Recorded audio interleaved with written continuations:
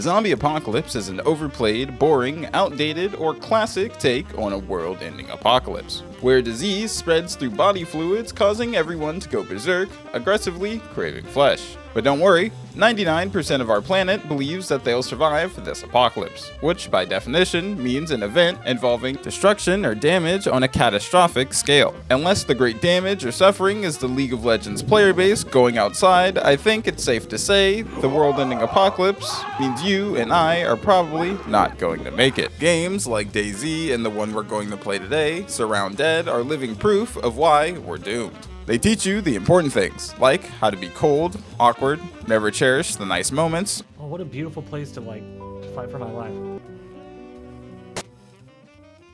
And how to somehow always be very, very unprepared. But for the sake of this video, I'm not like you, and I will survive. How? Well, by looting the remains of civilization, repurposing the skeletons of society, and building an arsenal so ridiculous that neither human nor zombie stands a single chance. Humanity might never come back, but at least we'll be top dog when the dust settles. Let's get started. As always, we have a few things in play. 1, I've never touched this game before. 2, we have permadeath on because I hate myself. And 3, we start in character creation. Our hero, John Legend, an unemployed, failed League of Legends player with a scar on his cheek from when his brother threw an Xbox controller at him during a Halo match as kids. Where's his brother now? Dead. Probably. I honestly don't know. I didn't think his story was all too important when I started writing this. We start with a knife giving small hit stun on hit. So, although zombies may be kissing distance, they're not actually swinging as long as we hit them on time. Our first stop and looting experience was a gas station,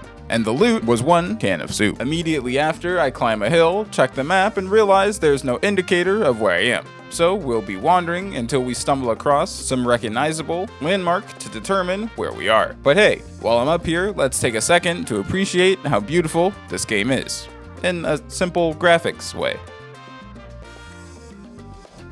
Upon getting down the hill, we end up in a town called Elwood, covered in zombies on the outside and presumably on the inside as well. Stealth in this game works like this. Standing and running is loud and obvious, and crouching is literally silent, even if you're crouch running. Basically, as long as I'm doing the world's fastest squat walk, I'm invisible. Zombie types are pretty standard. Walkers, joggers, sprinters, and later on there's a few spicier flavors of zombies I'll get into. But for now, let's loot Elwood. Our first option for looting in a city is, well, of course, houses. Of course, I decided to run, being the worst decision I could possibly choose, causing a sprinter to scratch me and make me bleed, losing a lot of my HP, making my screen gray, perfect for recording. And lucky me, I found a safe spot to kill the other 4 zombies that were attracted. If not for this wonderful bed, I would be a zombie just like them. Loot-wise, I score a military flashlight and a nice backpack. Things are looking up. Heading back up the hill, I noticed a large big red L on my map, probably marking loser, but I assumed it was the Elwood market. This discovery gave me the landmark I needed to point myself in the proper direction, although I knew it would be hard to move forward because night had fallen. Sitting around isn't my cup of tea. Of course, I go back into the zombie-infested town with my new flashlight ready to loot, and it paid off with a baseball bat, perfect for hitting zombies out of the park. Turns out that L is exactly what I thought it was, so I headed down toward an apparent safe zone. Upon getting closer to the mall, what I thought was the safe zone, I heard that is precisely the opposite of what safety sounds like. Either way, I got out with no extra harm done to me. And we made it to the survivalist camp, full of friendly life traders, selling everything from legendary weapons to bottles of water. Everything is purchased with money, which I have none of. Also, dog. Before leaving, I discovered the crafting menu and how to heal using bandages, medkits, and painkillers. With that discovery, we now have color again, and we're not on the threshold of being one-shot at any time. The last thing to note about this place is there's a bed to set your spawn and sleep through the night.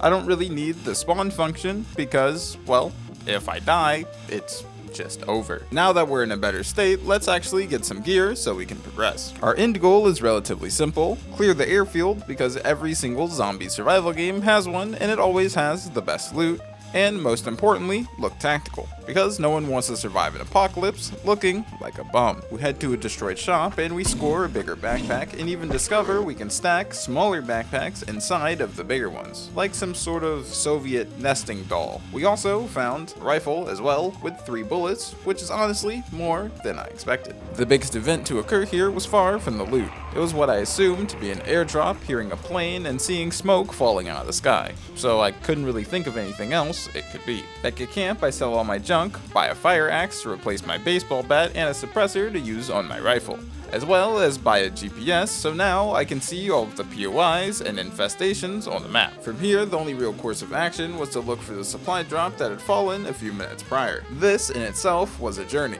and a somewhat peaceful one. Of course, hearing loud danger sirens in the distance snapped me out of the little peace that I had, reminding me that this wasn't a camping trip, this was an apocalypse, and I was on a mission. And the worst part of that mission is that I completely failed. I just couldn't find the airdrop for the life of me. But I guess the gods pitied me in some way because they decided to drop another one. This one I would not let slip away from me, not only because I needed the gear, but my curiosity wouldn't allow it. Gunning right to it helped in the process of finding it. The supply drop contained lackluster gear, including a hunting rifle we already had, and a hazmat respirator, which was great for style and area access. Back at camp, I again sold more things, but this time I had enough for a legendary sniper rifle, and in my eyes, passing it up wasn't an option. Although I completely disregarded that it probably requires legendary ammo to shoot, effectively meaning I purchased a worse weapon. Anyway, it was time to rest before the sun would rise again. I wake up bright and early with today's goal, the mall. Why? Because I heard gunshots. And if post-apocalyptic media has taught me anything, gunshots either means free loot or a free ticket out of the apocalypse. By the time we arrived, it was raining and subsequently dark because of it, which means it's time for a stealth mission. Which also means it's time for me to be the least stealthy person to ever live. I found some new clothes giving me more of a tactical look and headed to the roof, discovering the skill menu. Holding upgradable traits like double melee damage, surviving death once, lockpick mastery, and double animal harvest. The roof held special military loot, including military pants, a file, and a Winchester Magnum, as well as a scope so big I'd need NASA clearance to use it. Below us was the mall boss. Big dude simply wandering the parking lot. I clear out some of the zombies first to make it a bit more fair. Spoiler, it wasn't. I shot him a few times, at which point he immediately sprinted inside and upstairs, ready to rip me into 400 pieces. Lucky for me, they don't have the ability to climb ladders, nor jump up buildings. This is when I whipped up Molotovs at the top of the ladder with the finest apocalypse moonshine I had, which after preparing my Molotovs, I started slow cooking this brute like a steak. A little salt, a little pepper, and a lot screaming. The noise attracted even more zombies, at which point I learned the strongest technique in the entire game.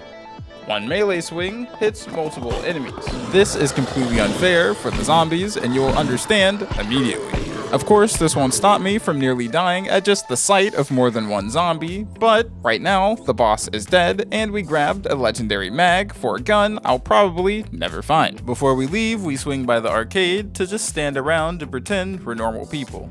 Just for a second or two. Outside, on the road, I found a car that seemed repairable, but before I even tried to repair it, I wanted to check the nearby helicopter crash. Gunshots again rang out like the ones earlier.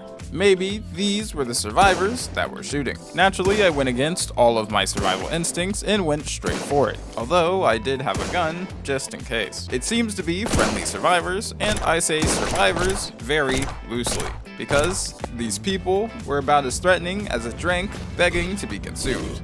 That's to say, they were really bad at surviving. Watching the survivors die was kind of painful, but I cleared out the rest of the helicopter, almost died to an exploding zombie that I didn't realize would explode, and of course, the loot was absolutely horrendous. About as valuable as pocket lint. I went back to the car, fixing it up with our toolkit, drove back to the survivalist camp, sold some junk, bought some ammo, and a 9mm pistol, as well as a gun box. Not to mention, our GPS is showing 4 airdrops on our map, meaning we had plans made for us. Finding the airdrops in theory was extremely easy, as they're, of course, marked on our map. The first one I found had food, water, and an abundance of storage only a hoarder could love. The second one was missing in action. Looking at the map, I even decided to go around to look on the other side. Maybe there was another way up, or it was inside the mountain, which makes absolutely no sense. Either way, I still tried it. And on the way back, one seemingly spawned in front of me, which contained more guns and ammo.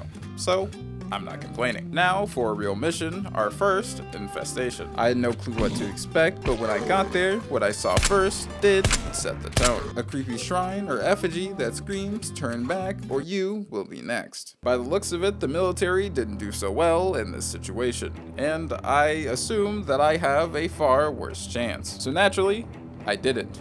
Inside was the big boss of shrines, which told me I needed to destroy the small ones to attack the big one. Easy in concept, however, damaging the shrines spawned zombies from absolutely nothing. Lucky for me, well-timed melee strikes, and of course, bullets are great defensive tools.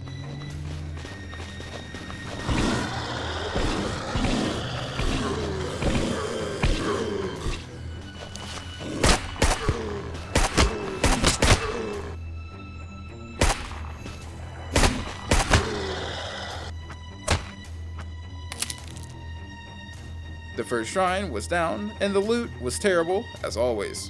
Second shrine, I played it a bit more safe, with red zombies starting to spawn, hitting trucks, easily dying in 3 hits if I moved just a little wrong.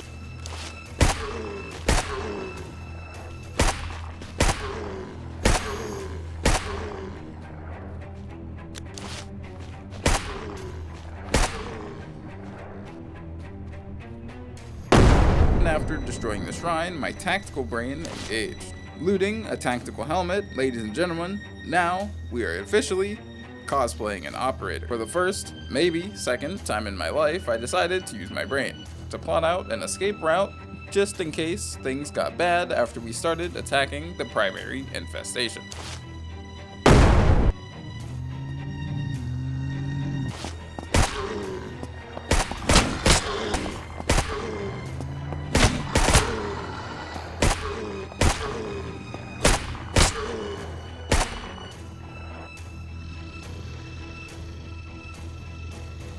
The biggest, roundest zombie I've ever seen has just arrived, and it's never been more of a blessing that they can't jump or climb, or this would be a very different story. From here, it was easy. Use every bullet and ranged object I can to kill this behemoth of a zombie, and deal with the zombies that get attracted afterwards, however possible.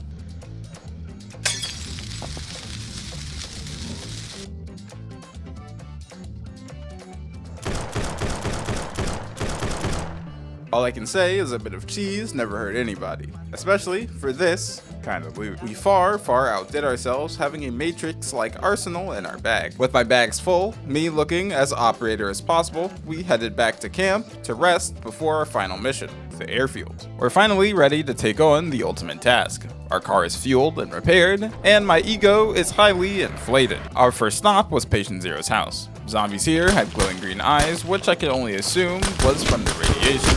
Thankfully, a couple bullets fixed that with absolutely no problem. The area looked like a military testing ground, you know, where they made the unforgivable mistake of dunking nuggets into the T-virus. By the time I left, it was getting dark once again, and that's when I saw it. In the distance, a shape, a shadow, a monument to bad decision making. A nuke. Now, normal people in this situation keep driving, they go, huh, that's dangerous, and leave. Me, I need to touch it. I stop, and I walk toward it. Because curiosity didn't just kill the cat, it killed all of humanity. Stopping by a destroyed church first, I had just one question. Was the nuke still active, and why did it not go off? I was hoping to find these answers on a clipboard, a lore dump that I would read poorly, but instead, I got my answers in another way.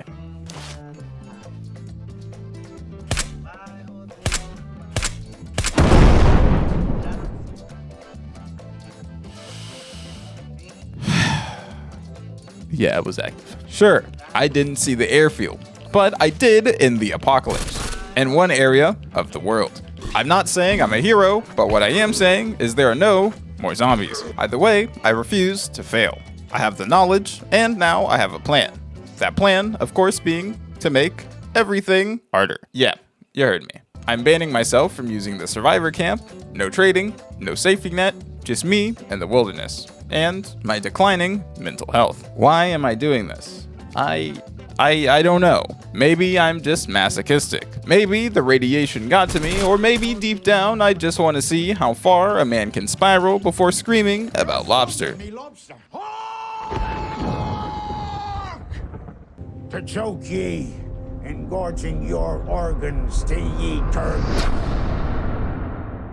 Welcome our new hero, Nuke, kill him. Not referencing anything at all. Spawning again in a blue shirt with a basic knife. Our goal is to find a gun just in case we need. Oh, well, okay. Our new goal is to find literally anything better than a knife. Oh, okay.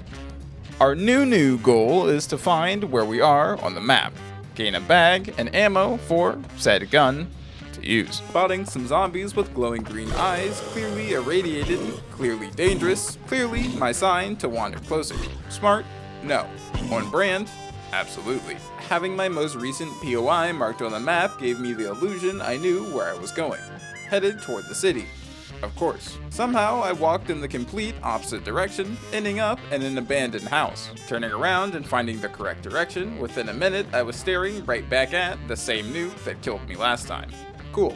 PTSD feels great. The only thing I had on my side was I didn't have a pistol to accidentally shoot the nuke. Soon after entering the city, I looked kinda like Gordon Freeman's evil twin. 2 shotguns on my back and a crowbar in my hands. For lack of better terms, it was raining bodies in the streets. And yes, of course, I put them there.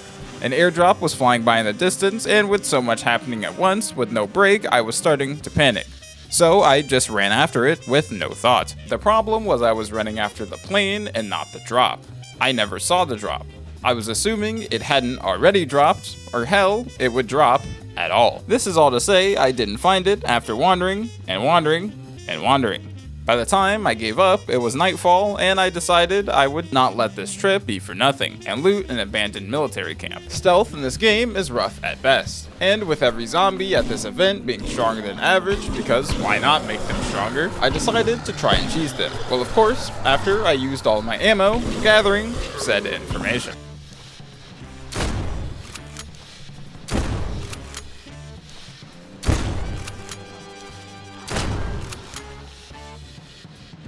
Now the cheese strat was quite easy. Aggro the zombies, get into the water, and move them to a spot they wouldn't aggro anymore. The problem was, I'm a slow swimmer, and getting mauled on the way into the water was a non-zero chance. I would say it happened more often than not. This caused me to almost die a few times and was possibly the catalyst to a bug where I couldn't move properly. As a warlock of computer craft, I performed the ultimate spell of restarting my game and logging back in. To my horror, seeing all of the events on the map were gone, including the one I basically completed and almost died for.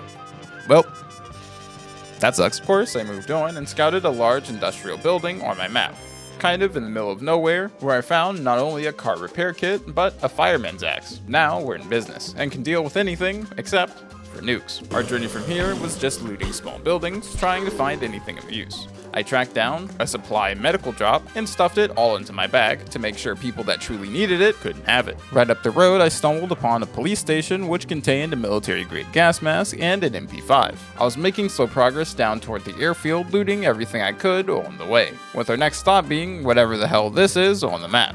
It looks big, so probably has big loot. Apparently, the loot found here was legendary weapons, equipment, and also some holiday clothing and ornaments. But we weren't here for the last two. This place was packed full of infected, and the dark combined with me having no flashlight, I decided to use the flares, which I have to admit look really cool. Although they make everything look 10 times more scary, still looks pretty cool. The only thing for us to do now is make it to the top and hope that there's something good up there. Of course, praying we don't meet a fate like this guy dying on the toilet. Just one moment of silence. Okay, let's move on. Thankfully, the sun did come up not long after starting the scaling of the building, giving me the blessing of sight. I wanted to make sure I got through this place to get to my end goal, so I used everything I had, including grenades. Good for me, the zombies decided to group in narrow hallways to make things just a bit easier for me. And just like in the last life, I practiced my escape route just to make sure I'd be safe. We'll skip the fact that the game tried to kill me when I was doing this and move on to the growing presence of military supplies on this floor, and I'm assuming the next. After looting, we had absolutely everything we needed. A huge bag, gas mask, a new FAL, and plenty of ammo, meds, storage, and whatever else we needed, except for food. Good for me, I spotted a bar across the way that had to have some. The bar contained almost nothing, and with that fact, I plotted out the next buildings I would loot, merely a few steps away from our end goal, the airfield. And that's when I walked outside and saw the boss. Most areas in this game contain special loot via a military crate somewhere in a POI, as well as at least one boss. And this one was out in the open, surrounded by other zombies. I'll admit, I looked around for a way to cheese it, not even really a safe way to escape, just an open field. So firepower was our only true option. If I kill it before it gets to me, well, then I don't have to worry about taking damage. The plan is set, let's do this.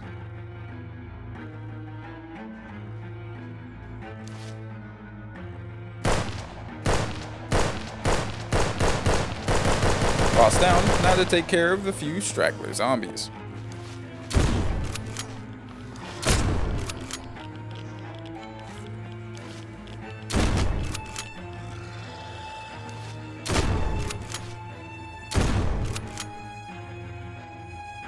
Well, this is the one time I could say I actually took care of a POI pretty well.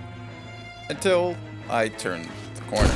I was so close and I made one mistake. Why did I even fight the boss? I didn't need to fight the boss. I could have just left. I could have went to the airfield, got a little bit of food beforehand. It would have been fine. It would have been... Oh, God. I can't let this game win. I have to get to that airfield.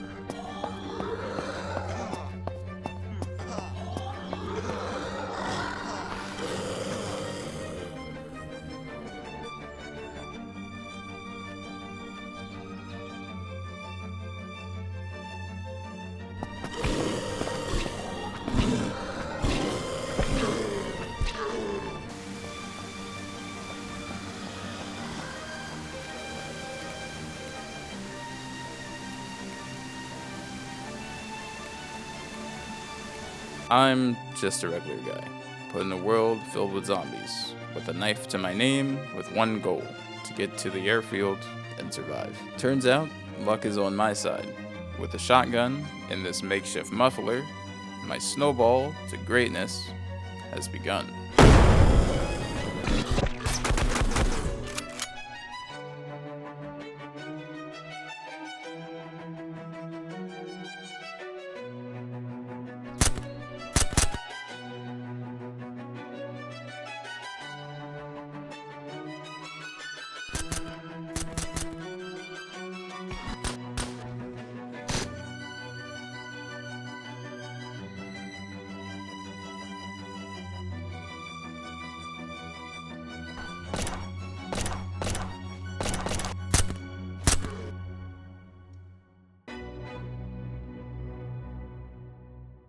With enough ammo and few to no mistakes, we finally made it to the airfield, and it's just as I imagined. A wasteland, radiation everywhere, and rhythmic ticking of the Geiger counter like a metronome of terrible mistakes I never had a choice in. The loot here was amazing, everything you could have ever wanted, including guns, ammo, and armor. Basically a Walmart, just without the food aisles. Bosses here were child's play. No backup, no gimmicks, just one-on-ones, and I smoked them all. But honestly, it felt kind of disappointing. I wanted glory, Fireworks, a cutscene, hell, anything. Instead, I got silence and a pile of loot I didn't care about. So, I made a new goal. My last goal. Find a home. A place I could sit down and relax and pretend the world wasn't ending, at least for 1 minute. But curiosity is a hell of a drug, and I had to check this classified military base that was relatively close. Maybe there was something. Answers? Possibly. The survivors from the radio we heard about earlier. Sure enough, I found them. People, huddled together, hiding. Weak, frail, and outclassed. I wasn't scared. I had been through hell, and at this point, I was the military. I had absolutely no problems clearing out this place, and was only stopped by a keycard lock that I didn't have. Forced back into the wasteland. No closure, no answers, just more wandering. Eventually, I stumbled upon a subway station, creepy, broken, full of zombies, but had potential. And deep inside, I found it. A home. A small, fortified, not too big, but not too small. Just perfect. A place to stash my loot, get some rest, and finally, exhale. Even if the guests were less than welcome, this was a place I could call home. So, with all my gear stored, it was time to head out and get some fresh air before I finally get a second to rest.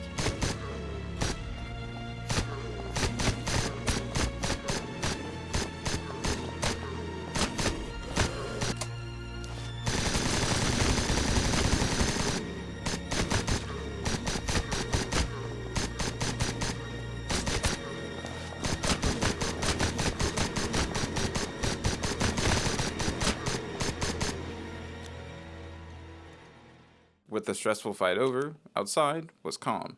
Fresh air hitting my face, the town was seemingly empty, and for a moment, it was beautiful. Until a gunshot rang out in the distance, reminding me I can't rest, not even for a second, because no one can be trusted. And all it takes is one slip up to leave me. If you watched this far, you probably care to at least some extent, so let me quickly tell you what's been going on. I had a scripting problem where my script got deleted, so I lost all motivation and decided that I needed to take a little bit of a break. After that, I came back and, well, here we are. That's about it. Drink water, stay hydrated, and I'll see you in the next one.